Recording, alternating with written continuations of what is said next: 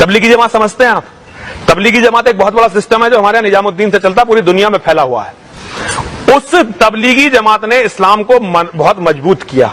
उनके धर्म प्रचारक गली गली में घूमते हैं। जय हिंद दोस्तों। तो दोस्तों आखिरकार नरसिंहानंद सरस्वती सच बोलने लगे, सच उनके मुंह पर आ गया और वो कह रहे हैं कि भारत में जो नौजवान हैं, मुस्लिम नौजवान, वो इसलिए सुधरे हुए हैं क्योंकि तबलीगी जमात उन पर निरंतर काम कर रहा है। यानी तबलीगी जमात एक बहुत बड़ा काम है, इसी वजह से भारत के जो मुस्लिम हैं वो सुधरे हुए हैं। साथ ही साथ उन्होंने ये कहा कि भारत के जो उलेमा हैं, यानी मुस्लिम कौम में जो उलेमा हैं और जो मदरसे हैं, ये कहीं ना कहीं नौजवानों को सुधारने का काम करते हैं। ये कोई और नहीं कह रहा, बल्कि नरसिंहानंद सरस्वती कह रहे हैं। कहते हैं ना कि सच आखिरकार मुंह पर आ ही जाता है, और वो सच जो है आज हम इस वीडियो में आपको बताएंगे। लेकिन दोस्तों उसी के बाद पाकिस्तान से दो बड़ी खबर आ रही है।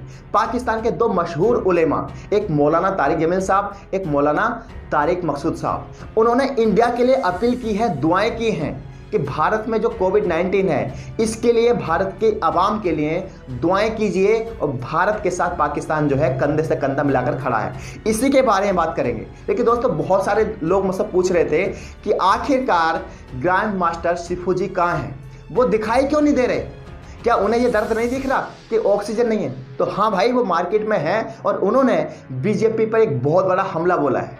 मैं आपको एक वीडियो दिखाऊंगा जहां ग्रैंड मास्टर शिफू जी बीजेपी पर हमला बोल रहे हैं और कहीं ना कहीं ये कहने की कोशिश कर रहे हैं कि भाई आप जो रैली कर रहे हो इससे कितना बड़ा नुकसान होगा।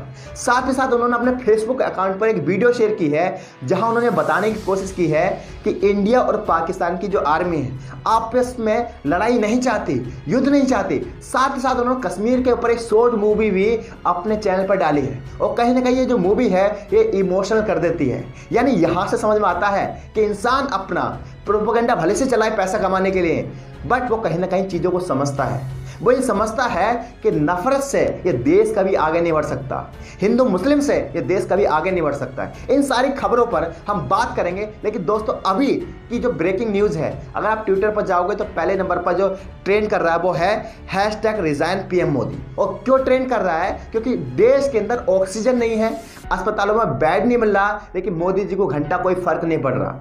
मोदी जी ने एक अनाउंसमेंट भी, एक चीज भी ऐसी नहीं की जो जिम्मेदारी की कैटेगरी में आती है। चाहे वो NRC रहा हो, चाहे वो 370 रहा हो, या नोटबंदी रहा हो, या किसान आंदोलन रहा हो, ये सारे के सारे जितने फेलियर इवेंट रहे हैं ये कहीं ना कहीं आम इंसानों को परेशानी करने वाले थे, बट मोदी जी इनमें अपना फायदा गिना रहे हैं। इसलिए लोग फ्रस्ट्रेट होकर एक हैशटैग चला रहे हैं कि मोदी जी अब तुम्हारे बस की बात नहीं है, आप जो है रिजाइन दे दो। लेकिन दोस्तों मैं एक बात कह दूं, मोदी जी को घंटा कोई फर्क नहीं पड़ता, क्योंकि मोदी जी की जो जान है वो आवाम के अंदर नहीं है, मोदी की जो जान है EVM के अंदर है, ये आपको भी पता है। तो दोस्तों अगर हम पहली बात करेंगे तो सबसे पहली जो खबर है वो नरसिंहानंद सरस्वती की है।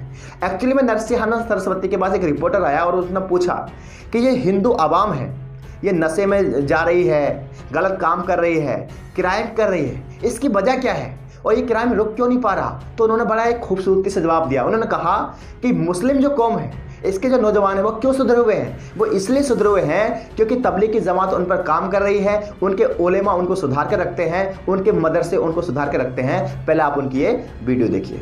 जिस तरीके से हमारे युवाओं को ही टारगेट किया जा रहा है इन पाश्चात्य संस्कृतियों के माध्यम से, ड्रग्स, अफीम, शराब, सिगरेट, अश्लीलता, पोर्नोग्राफी, इन तमाम बातों के बीच में युवाओं का दिमाग जो दिनों दिन कमजोर होता जा रहा है, इससे हमें कौन बचाएगा? इससे मुसलमानों को किसने बचाया?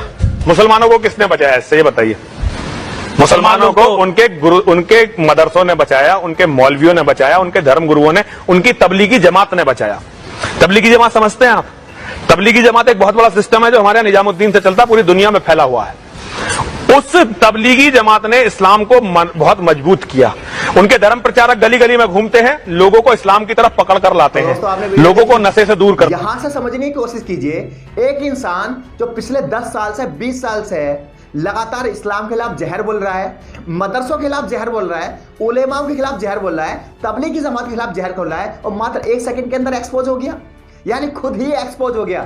यहां से हमारे देश के जो हिंदू भाई हैं उनको ये समझने की जरूरत है कि ये बंदा खुद कह रहा है कि भारत में जो मुस्लिम कौम है वो इसलिए नशेड़ी नहीं है, इसलिए गलत काम नहीं कर रही क्योंकि उनके उलेमा उनको जो है बंदिश में रखते हैं, उलेमा जो है उनको तमीज सिखाते हैं। ठीक है, जो उनके मदरसे हैं वो उनको तहजीब सिखाते हैं, जो तबलीगी जमात है उन पर अच्छा काम कर रही है, यहाँ से ये पूरी तरीके से एक्सपोज हो जाते हैं। लेकिन दोस्तों उसी के बाद अगर मैं बात करूँ तो जो ग्रांड सिफू जी हैं, उन्होंने अपने फेसबुक पर एक वीडियो शेयर करी जहाँ उन्होंने ये कहने की कोशिश करी कि भाई इस देश में जो रैली हो रही है ना, ये रैली बंद कर दो, इससे आम इंसान का बहुत बड़ा नुकसान है। और जो कानून है सिर्फ आम इंसान के लिए क्यों है, ये उन लोगों के लिए क्यों नहीं है जो इस देश में पार्टियां कर रहे हैं, जो इस देश में रैली कर रहे हैं, यानी इशारा उनका बीजेपी की तरफ है।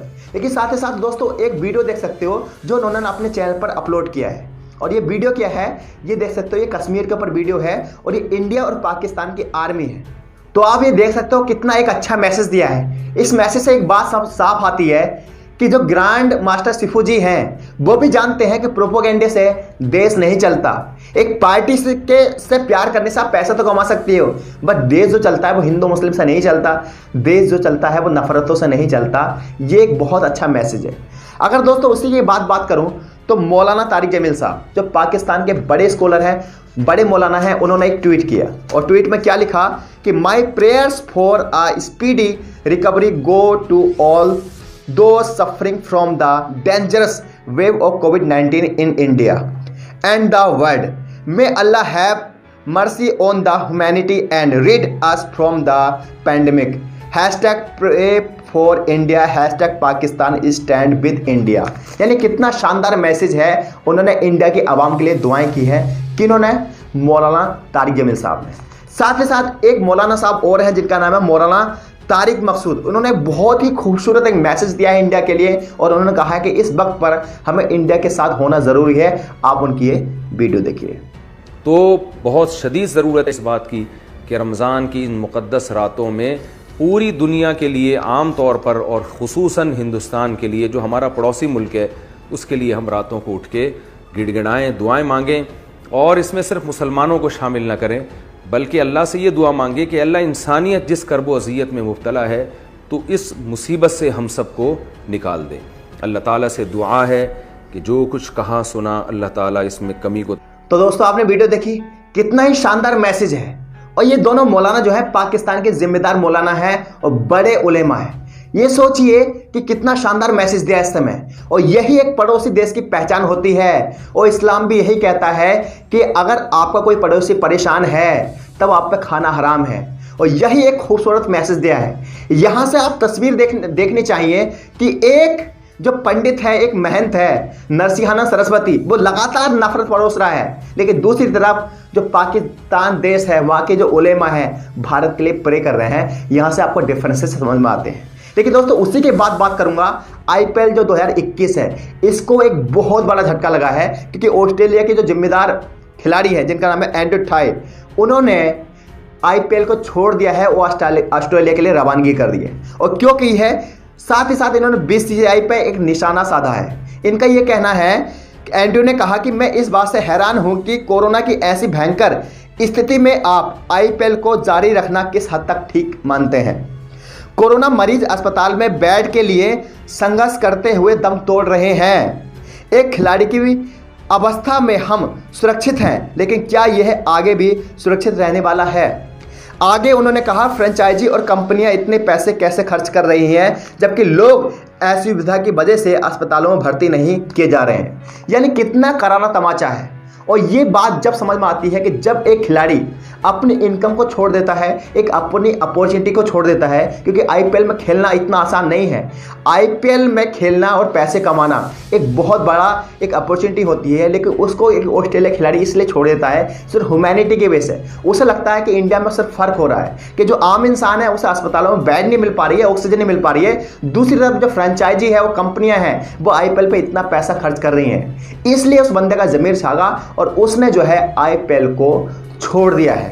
और कितना करारा तमाचा मारा है एक कहीं ना कहीं बीसीसीआई के ऊपर। बट बीसीसीआई ने कहा है कि हम आईपीएल को जारी रखेंगे। तो ये आप समझ सकते हो कि इस देश के अंदर क्या चल रहा है। बट दोस्तों हमने जो 2-3 वीडियो देखी हैं इससे ये समझ में आता है, चाहे वो नरसिंहानंद सरस्वती की हो, चाहे वो मौलाना तारिक जमील साहब की हो या मौलाना तारिक मकसूद साहब की हो, एक बात तो क्लियर हो गई कि देश कभी भी नफरतों से नहीं चलता। देश जो चलता है वो ईमानदारी से चलता है, आपस में प्यार से चलता है, ह्यूमैनिटी से चलता है। मुझे उम्मीद है ये वीडियो आपको पसंद आई होगी और आप हमें इंस्टाग्राम पर भी फॉलो कर सकते हैं, क्योंकि इंस्टाग्राम पर आज मैं जो है विश्वरूप चौधरी साहब की एक पुरानी वीडियो को अपलोड करने वाला हूँ। इंस्टाग्राम का लिंक मैंने डिस्क्रिप्शन में दे रखा है और अगर आप मुझे इंस्टाग्राम पर जाएंगे तो वहाँ पर रियल मोहम्मद अरबाज के नाम से सर्च कर सकते हैं। मिलता हूँ नई वीडियो के साथ, तब तक के लिए अपना ख्याल रखें। जय हिंद दोस्तों।